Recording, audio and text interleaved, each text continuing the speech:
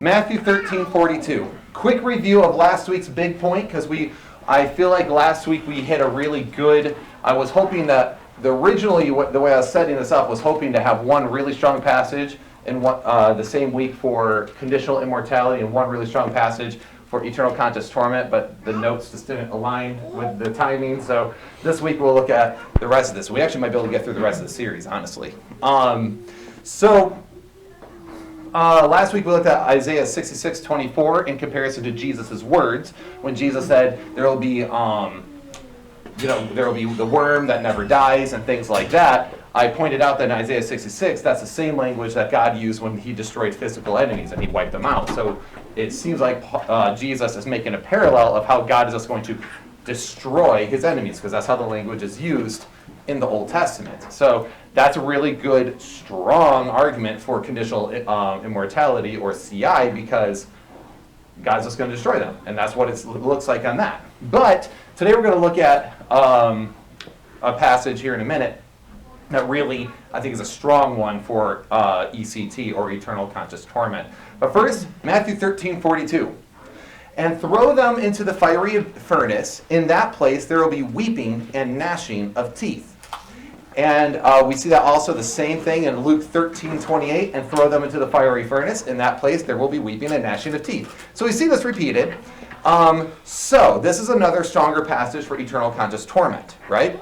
Because in that place, there's the place, right? There will be weeping and gnashing of teeth. Well, it sounds like to me, if you just read that plainly, that these people are going to be there not thrilled about what's going on, and they're going to be alive. Make sense? So you can see where that is coming from. So it's a strong passage for eternal conscious torment, that this place will have people crying, which is why the weeping, presumably in pain, and gnashing their teeth, presumably in anger and defiance. This cannot happen unless they're existing within that place and living on. That's what the ECT is going to say. Okay? Now the CI, the position that's conditional immortality, would say that's just a simple misunderstanding of the Hebrew phrase, and this is another idiom. So note, it really depends, again, on which part you take literally on the conversation of hell. I've said this a lot, but I think it's just really important we understand that, because it just really depends on which part you take figuratively, which part you take literally. Okay? Because both people have to flip it into figurative and literal depending which part you're talking about. Can I ask a question? Yeah. And it also depends on if you refer to the lake of fire or just how it's the immediate state. Mm-hmm. Where people go now versus the final judgment. Right, that is true.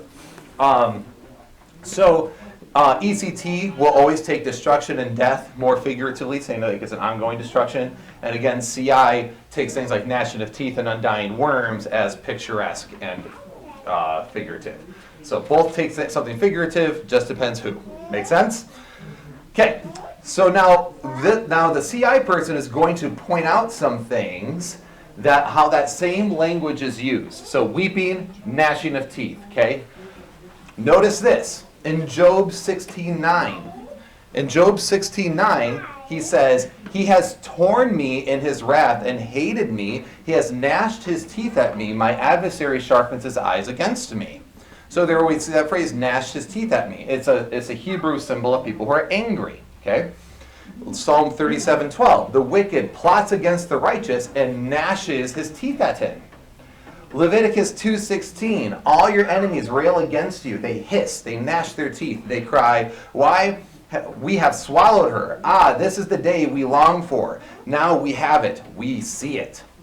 And then Acts 7:54, so a New Testament passage, we see, "Now when they heard these things, they were enraged, and they ground their teeth at him." So what we have is gnashing of teeth is a picture of anger. Clearly, it's a Hebrew idiom for anger. Okay, and so hyperbolic speech, kind of like when we say he was really ticked off. What does that even mean? Have you ever heard some of our phrases and we're like, where does that even come from? Like ticked? Anyway, but it's kind of the same thing where it's a phrase that's used. So the wicked are angry at the righteous, gnashing their teeth at Israel, or they're enraged at Stephen in Acts chapter 7. So the CI person says, so on the day that there is judgment, There will be many sad people weeping at the realization that they just lost the chance for immortality and will soon be put to death forever, and that there will be many angry people gnashing their teeth at God all the way to their last moments before he snuffs them out in hell. So that's what the CI person's going to say. Okay, does that make sense? Where it's like, okay, they're gnashing, they're in that place where we weep and gnashing of teeth because they're angry that they're about to be turned to ash, as we looked at last week. Eternal conscious torment, well, they will say that they continue to do this after being sent to hell. After all, it says, in that place there will be. Now you can see how that, there's assumptions on both ends. In that place there will be. So is that right before they're destroyed, or does that mean they're going to eternally suffer forever in that place? There has to be a presumption there that has to be a little read into the text either direction. So the question is, what language is most consistent throughout the Bible? Does that make sense? Are you guys tracking with me here? Okay. Sometimes I'm like, I hope I didn't lose anybody along the lines. All right. So now the one that I think is actually the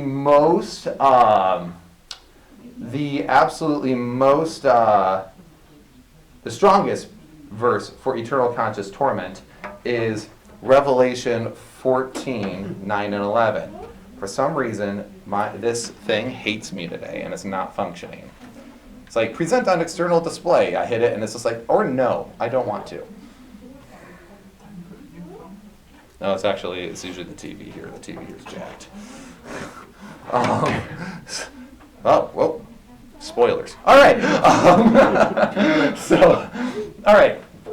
Revelation 14, 9 through 11 is, I think, the strongest passage for eternal conscious torment in Scripture, period, okay? And this was the one, when I said I was a perpetual fence sitter, this is the one that kept making me perpetually fence sit, where I was like, but that's a pretty strong, because so far, there's actually really strong arguments for CI, right? Let's just be honest. Those are strong arguments, so showing how that language is used in the Old Testament. Always pictures of destruction. Same with the gnashing of teeth. Always pictures of people defiant before destruction or before some wicked act. So these are just like, okay, I can get behind that. Hebrew idiom, hyperbolic speech, we all understand how that works in theology.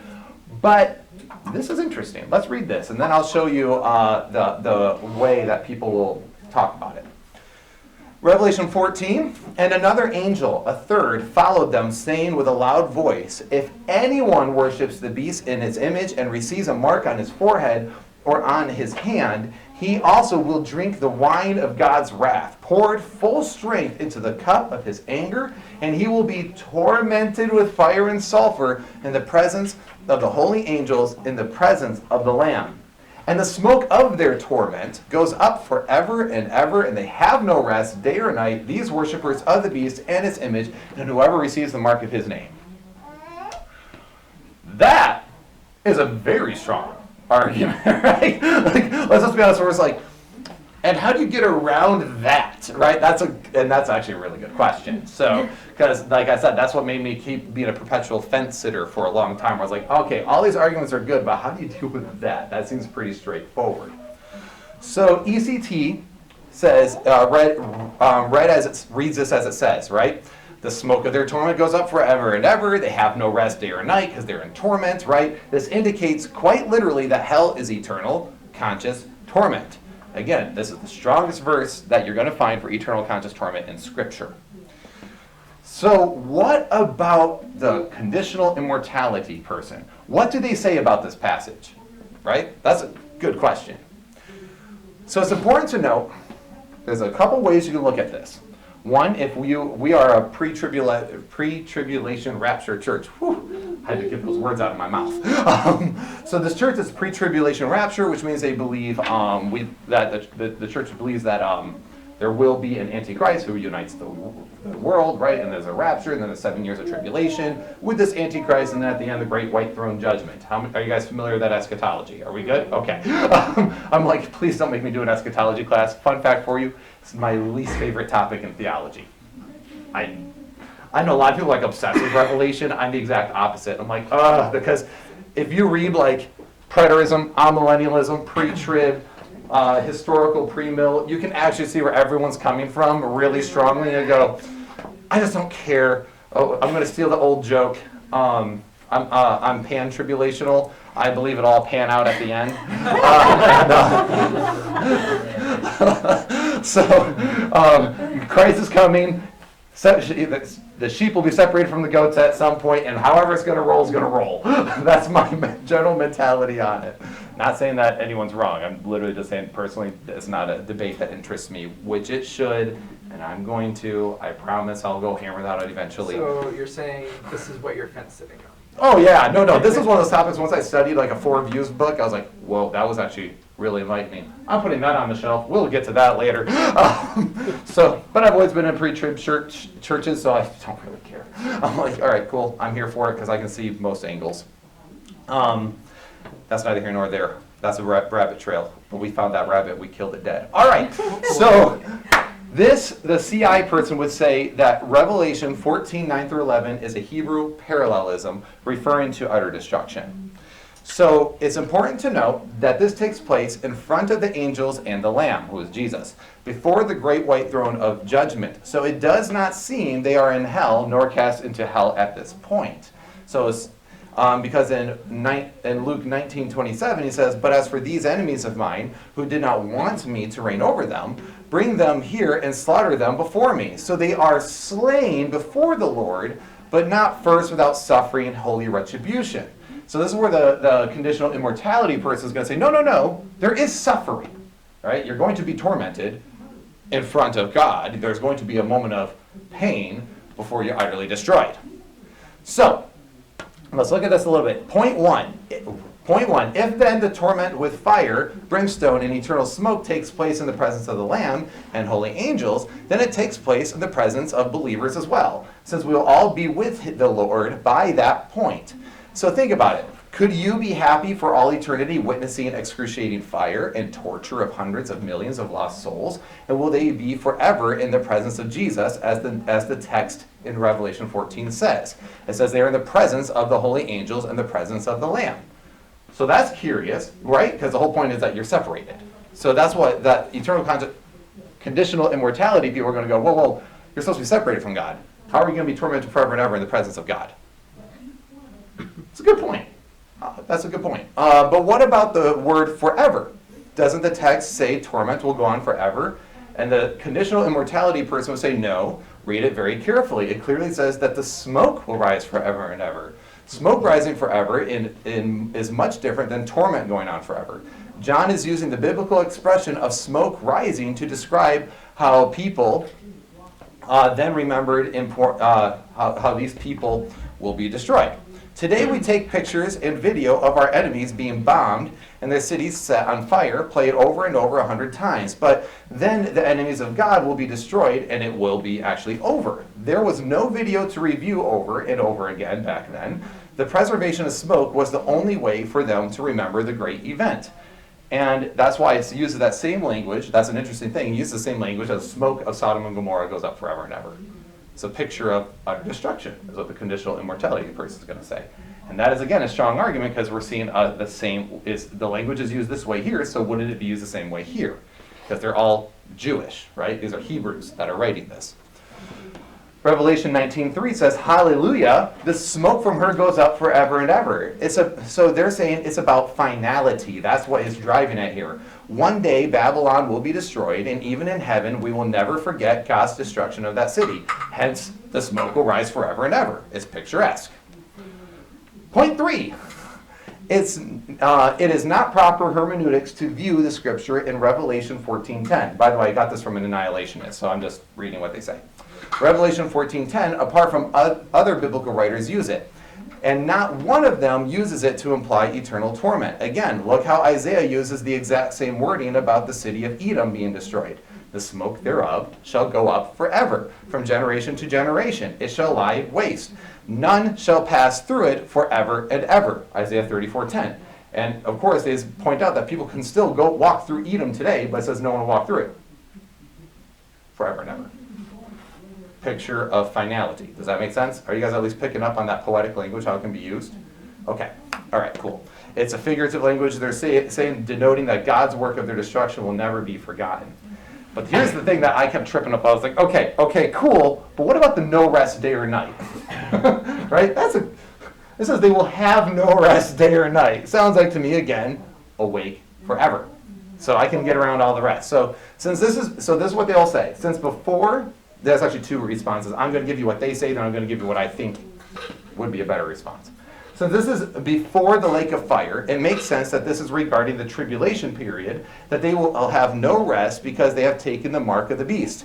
Another translation says they have no rest day and night, who are bowing and as those who are bowing before the beast and his image.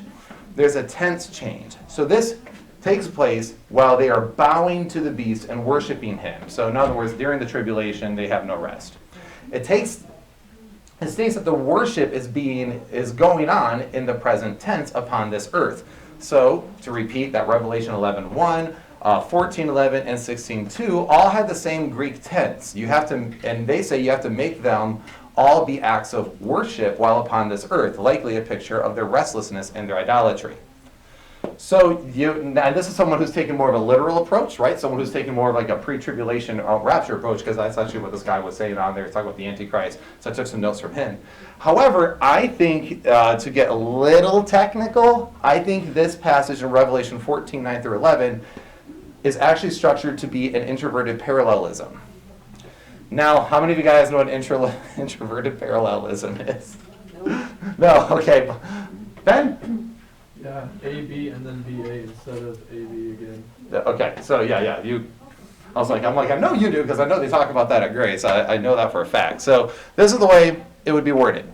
So if you read the passage plainly, I'm just going to read it plainly before I break down the graph. If anyone worships the best, typo. If anyone worships the beast and its image and receives a mark on his forehead or in his hand, he also shall drink the wine of God's wrath poured out into the cup of his anger. He shall be tormented with fire and sulfur into the presence of the holy angels and the presence of the Lamb, and the smoke of their torment goes up forever and ever. And they have no rest day or night, these worshippers of the beast and its image, and whoever receives the mark of its name. So again, right plainly, it seems like that. But if you're familiar with Hebrew poetry and Hebraic writing, Paul uses these what we call parallelisms, and Hebrews use them all the time. It's literally a thing they do all the time. So what a parallelism is not just comparing two ideas. Like Psalms does it all the time, right? It's like, woe, here I was in pain and suffering, and now you have redeemed me from my suffering, stuff like that, where it parallels two concepts. But they also do introverted parallelisms, which are longer, and what they do is it's taking the first part and comparing it to the last part, and it kind of sandwiches it. It works the thought like this, and then breaks out, okay? So read this way, it actually means that you end up introverting it. So if anyone worships the beast in his image and receives a mark on his forehead or on his hand, parallel to AI here, these worshippers of the beast in its image and whoever receives the mark of its name. And then you parallel here, he also shall drink the wine of God's wrath and pour it unmixed into the cup of his anger. Go to the B here. And they have no rest day or night. So these people, no rest. So you're seeing a parallel. He shall be tormented with fire and sulfur in the presence of the holy angel and the presence of the Lamb, and the smoke of their torment rises up forever and ever. So you have the thought breaking down here, and then he repeats the thought and breaks it back out to the main thought. It's a very confusing thing in Hebrew poetry, but it's actually something that can help us, because sometimes we read Hebrew poetry way too literally, and half the time they're actually doing parallelisms all the dang time, and we're reading it like Westerners who think linearly, and Hebrews don't necessarily do that. They will parallel things, and they will do that where they work, well, this, and then this, and then this, and then this, and this, and this. See how that worked? Okay, now we break it back out. It's all part of how they write. And you can actually look this up. Paul uses them in his own letters. A lot of times your Bible is actually, at least if you use like an ESV, they will always have like paragraph breaks where he does that. He'll be like, here, and then he has a small paragraph. They'll always have it like bracketed differently, and then go down, because he's using a parallelism. They're trying to show you that he's using a parallelism or speaking poetically or reciting a creed. Make sense? Cool. All right. So either way, the Revelation 14:11 is not necessarily, there's not saying there's not a way for CI people to deal with it. Revelation 20:10 is the other one I wanted to talk about. This is another strong argument for eternal conscious torment. And the devil, who had deceived them, was thrown into the lake of fire and sulfur, where the beast and the false prophet were. And they will be tormented day and night forever and ever. Well, here you go. They might be tortured forever, but they are not humans. So the CI person doesn't have a strong concern here. I mean, let's just be honest. You could just go, yeah, that's the devil and his angels that are thrown in there and they're tormented forever and ever. It doesn't say human souls. So that's an easy response from them. But eternal conscious torment people will say if they were tortured forever and ever, then mankind would suffer the same fate, because in Revelation 14, like we just looked at, who is thrown in with them? Those who sided with the beast, right? So that's a really strong case for eternal conscious torment. So the CI, though, says this, that John sees a vision where three beings are thrown into a lake of fire to be tormented forever and ever, but the vision itself symbolizes the destruction of things the images represent in real life. And this is interesting. So it's apocalyptic literature. So Revelation, has anyone read Revelation and wondered, like, what was he smoking? Like, you're like, what is happening? So that is a thing that apocalyptic literature is layered with symbolism. Symbolism, symbolism, symbolism, symbolism. So it depends a little bit on this, but they are going on that this is apocalyptic literature and paralleling things from the Old Testament, like Isaiah 66 that we've seen. And torment forever and ever is merely symbolic of that destruction. And I'm going to quote two annihilationists real fast. Joseph Deere said, "Conditionalists have this one problem passage. In one passage describing an unabashedly symbolic vision of monsters in a lake of molten sulfur, we have to deal with a symbolic description of final punishment that seems contradictory to what we believe actually happens. But if it is absurd that in one passage, in the book of Revelation of all places, the Bible would use eternal torment to symbolize destruction, then why is the traditionalist view not all the more ridiculous for saying that in many passages, death and destruction symbolize eternal torment?" So what he's saying is that they got it reversed. So if the rest of the Bible uses destructive language, and then we have one verse that says torment, even if it is torment, we should probably go with the rest of the data and just assume that this one is the figurative one, not the rest. Okay, that's what he's saying. And then for those, again, for a more pre-tribulational view, Dirk, looks like a C from here. Anyway, adherents of eternal conscious torment often cite the above text of Revelation 20:10 to support their view by suggesting that the beast and the false prophet are human beings. The Antichrist is indeed a human being. However, the beast from Revelation 19:20 and 20:10 is not referring to this man, but the evil spirit that possessed him. This is clear because the Bible plainly states that the beast originated from the abyss in Revelation 11. The abyss, according to Scripture, is the furnace-like pit where evil spirits are imprisoned, not human beings. That's what he's saying. So he's taking a more literal approach. I think the guy, Joseph Deere, is taking a more figurative approach. But either way, these are two annihilationists that are saying that this is how it works out. So personally, I think due to the past symbolic imagery and symbolism of Revelation being strong already, it's hard to be intensely conclusive, and that's my view there. Because Revelation is highly symbolic, and I say this all the time. If you are building an entire case of some theology, and bear with me, don't murder me, but if you're building your entire case off of some of the most drenched symbolic books, you probably don't have a strong case, right? Because Revelation is deeply symbolic. Even for those who are more literalists at Revelation, there is still deep symbolism, right? 10 horns, a dragon with multiple heads. Like, there's still deep symbolism. So how much are you going to be like, now I'm going to take that one thing and apply it to the rest of my theology?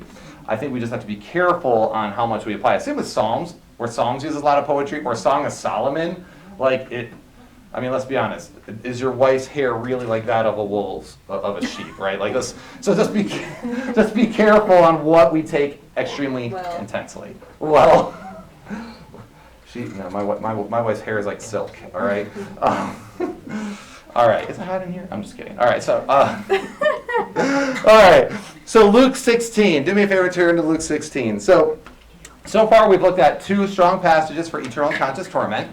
Revelation 14 and also Revelation 20.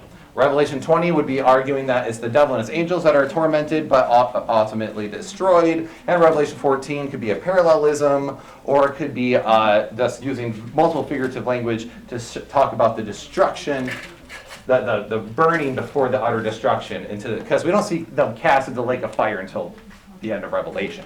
So, you like my my dance moves. All right. But there is another strong passage that is oftentimes used. Oh man, we are making great time. All right. How many of you guys are familiar with the rich man and Lazarus? And how many of you guys have been going crazy that I haven't mentioned it yet? Everyone's just like, all right, we're talking about this, but I know that story. And I demand you deal with it. So if you're the one who opened you're the one who pulled the pin on this grenade, let's deal with it, all right? So I'm not sure how many of you guys are not familiar with the story? Okay, so we don't have to read the whole passage, right? All right, cool. Well, yeah, we should probably share it. Well, you- Yeah. Fine. It's not even that difficult. All right. Luke 16, verse 19. All right. Luke 16, 19 through 31. See, it's a long passage. I was just trying to save time. Nope. All right. There was a rich man who was clothed in purple and fine linen and who feasted sumptuously every day. I'm using that word from now on. And at his gate was laid a poor man named Lazarus, covered with sores, who desired to be fed and what fell from the rich man's table. Moreover, even the dogs came and licked his sores. The poor man died and was carried by the angels to Abraham's side.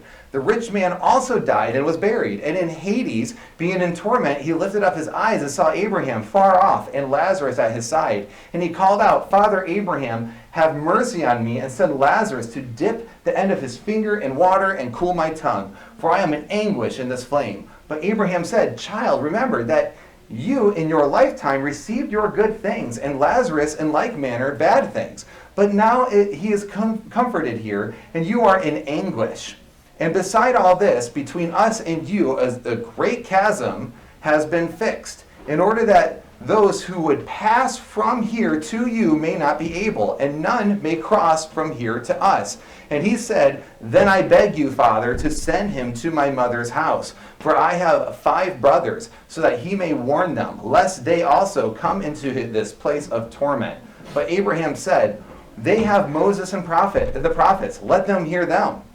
And let them hear them. And he said, No, Father Abraham, but if someone goes to them from the dead, they will repent. He said to them, If they do not hear Moses and the prophets, neither will they be convinced if anyone should rise from the dead.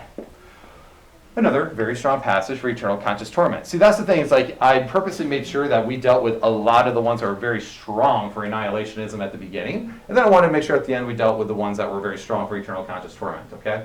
Because let's be honest, if we didn't have Revelation 14, 20, or Luke 16, we probably would all just be annihilationists, right? Because that seems pretty fair to say.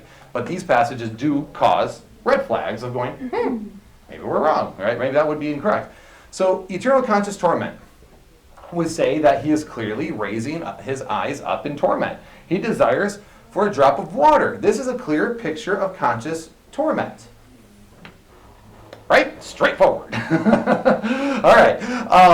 Some of these are just, the reason why I'm not giving big eternal conscious torment arguments here is I think it's because it's very obvious why. I don't need to give like 16 quotes of why that would be considered that way, right? Right? Okay, cool. Just want to make sure we're good. So unless somebody accused me of favoritism, like, he's just favoring that one view. Like, I just think this is obvious for everyone who would read it like, I see where he's coming from. I think we all come from this background. Right, so it's better to show the opposing side, like this is where they're coming from, now we can all get along. All right, so there are 2 approaches for conditional immortality person here. And it depends who you're going to talk to. One, if they take Luke 16 as literal, they're going to say, this is the intermediate state, as Micah mentioned earlier. No one is cast into the lake of fire yet. This is a picture of Sheol before Christ's work. So the soul is destroyed at the day of judgment, not before. This is why it uses the term Hades, not the term Gehenna or the lake of fire. Thus, this bears no problem for the annihilationist. So if they take this as a literal story that is actually happening, they're just going, dude, this is just before the lake of fire. So these people would affirm that there is actually torment going on before you're cast into the lake of fire in this place called Hades or Sheol, depending if you're using Greek or Hebrew terms. That's the problem, is that the KJV of many of us, the reason I think a lot of us get confused that there are different words used for hell. KJV uses hell for all of it. It's like hell for Sheol, hell for Hades, hell for Tartarus the pit, hell for Gehenna. And everyone's just like, okay, so it's all hell. And it's like, no, get the hell out, right? So, Low-hanging fruit. I can't say. What'd you say? That's a red flag. It's funny because you're saying that. Okay, all right. Use the proper word. Another reason why I use the ESV, because it actually uses the proper words for it throughout. It's nice because it shows you which one it's referring to. So parable. This is the other view. So if it's literal, it's a state beforehand. The other view is that this is a parable, not a real story. Don't shoot me. Hold on. Hear me out. All right? Hear these folks out. Don't kill the messenger. So the only argument of it, so now how many of you guys have heard this is a literal story? Right. All right. Let me ask you, why do you think it's a literal story? And I think I already know the answer. Ben! Probably the answer you want. He's named by name instead of just every parable that Jesus says, one random guy, this guy, that guy. Right. It's an actual name, proper name. So that's exactly why that people say it's a literal story, right? Because it uses a name, not a parable. Right? So that's a big deal. So that's what they will say. Like, whoa, every other parable Jesus mentions. That's the answer I was looking for.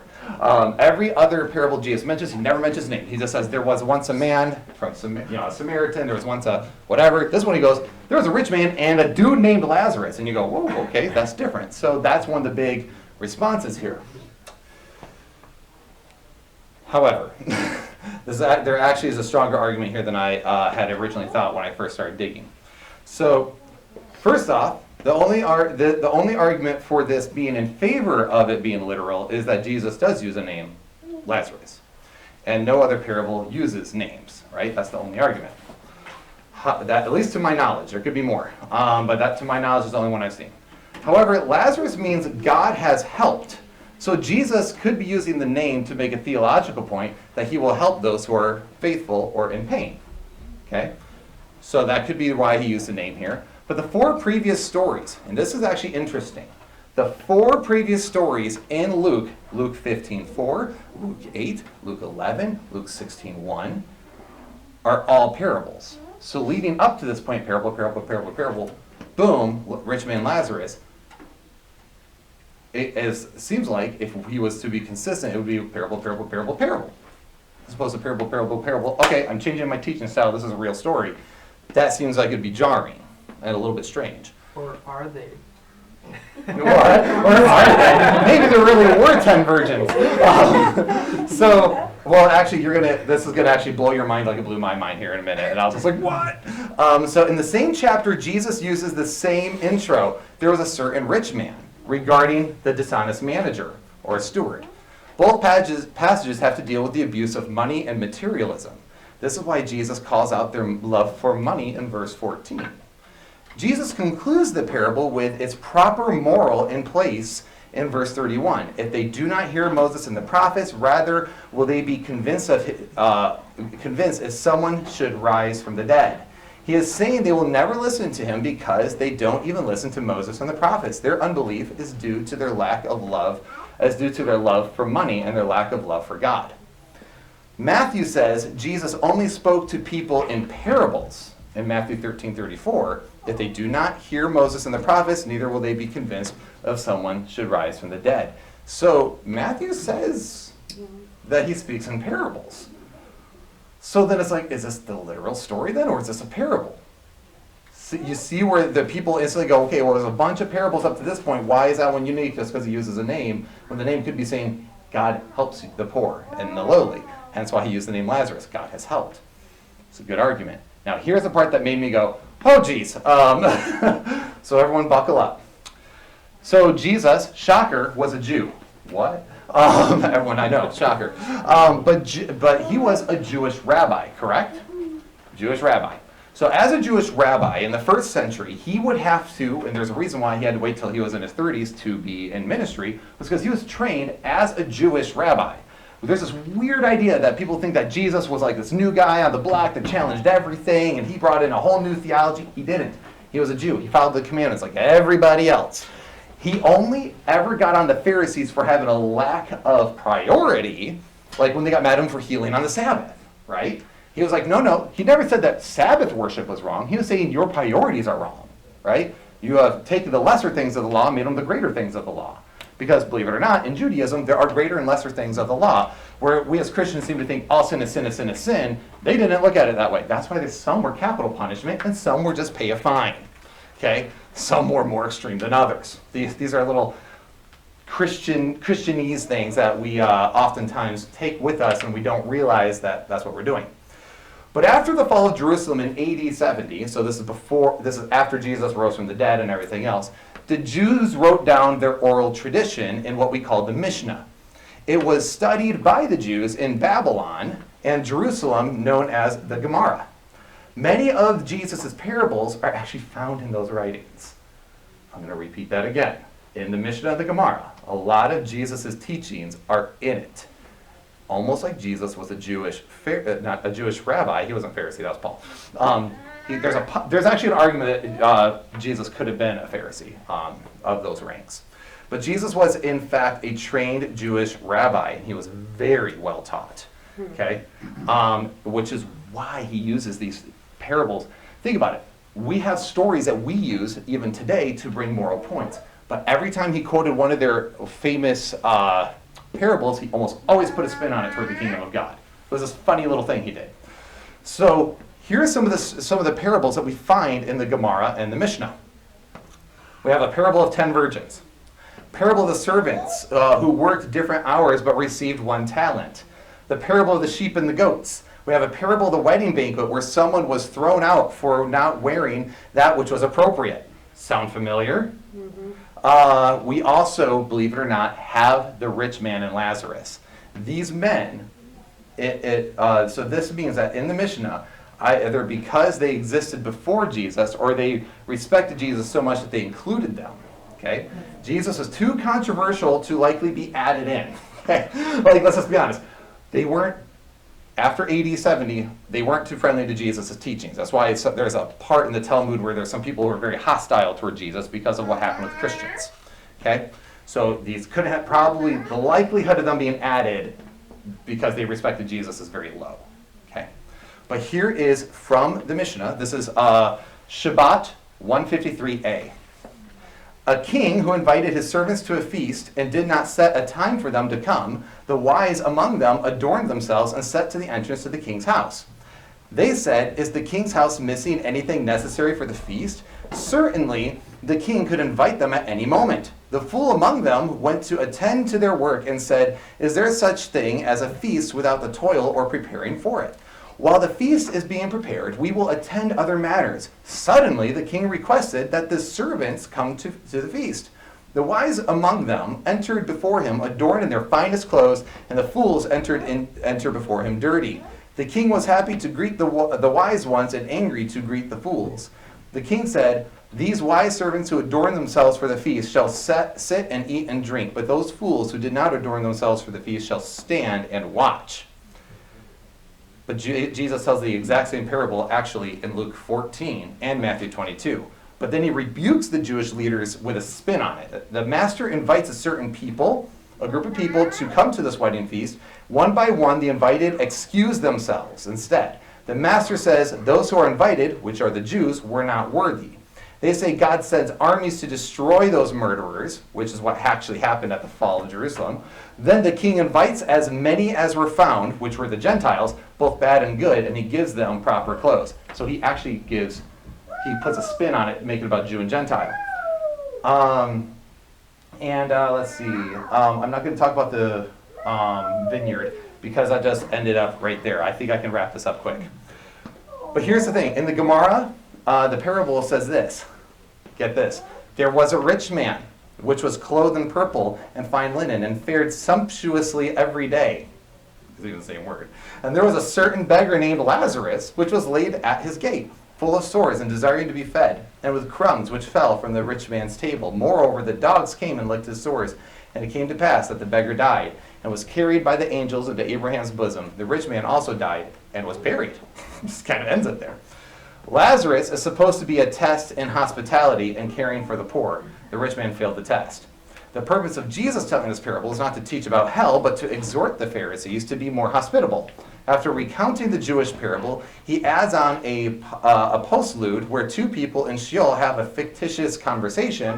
Why should this be taken literally? Well, because other parables of dead people in the Old Testament actually aren't taken literally. So, InterVarsity Press with Craig Keener says many conservative commenters also call this parable also call it a parable. Some Jewish parables, including the rabbinic one mentioned in the beginning of the section. So, it's part of one of the many Jewish parables that are told. So the question is it this parable that Jews tell here, is it a real story? Or is it a story to tell a meaning of some moral? Do you see I was quoting the Gemara there, and it sounds like I almost was quoting Luke 16, doesn't it? Mm-hmm. That's crazy. And it shows the fact that this was common stories, and Jesus, and that's why, think about it, why were people having a hard time understanding his parables? Let's be honest, you read his parables and you understand what he's getting at. You're like, you guys ever wondered, like, are these people just stupid? Like, how are you that thick, bro? Well, it's because he was telling parables that everyone's familiar with. And then he puts a spin on it, and they're just like, what does that mean? I'm not familiar with that part. You know what I mean? Like, that's where the confusion was set in. So you can see here why, sorry, that was a long explanation, but if nothing else, it does show you that Jesus was very Jewish. Okay? And I think that also helps us. So, honestly, yeah. Otherwise, we'll just next time have other questions regarding hell, and we also have other random questions that we'll ask about that, but those are the main things. Comments? Questions? Was that interesting? There's also the vineyard one I was going to read, but I'm not going to do that for time. But bottom line is I think you can see why, if you study that out, that there's actually a lot stronger argumentation in different directions, and we can stop. Because I used to tell people that if you think Luke 16 was a parable, I used to be like, well, you're just dumb. And now it's like after I read, I'm like, oh, there's actually some pretty good arguments there. So anyway, either way, the point is, and I'm going to read, because we actually really dealt with a lot today, I'm just going to end you guys on this. The point is, no one wants to go hell bad, heaven good. So no matter what happens at the end, bad. So give the gospel, okay? That's the point, okay? That's the point. So I try to keep the main thing, and that's the main thing. Keep people out of hell, whether they're burned into destruction or burned forever and ever, both be bad. Thank you guys. Have a good day.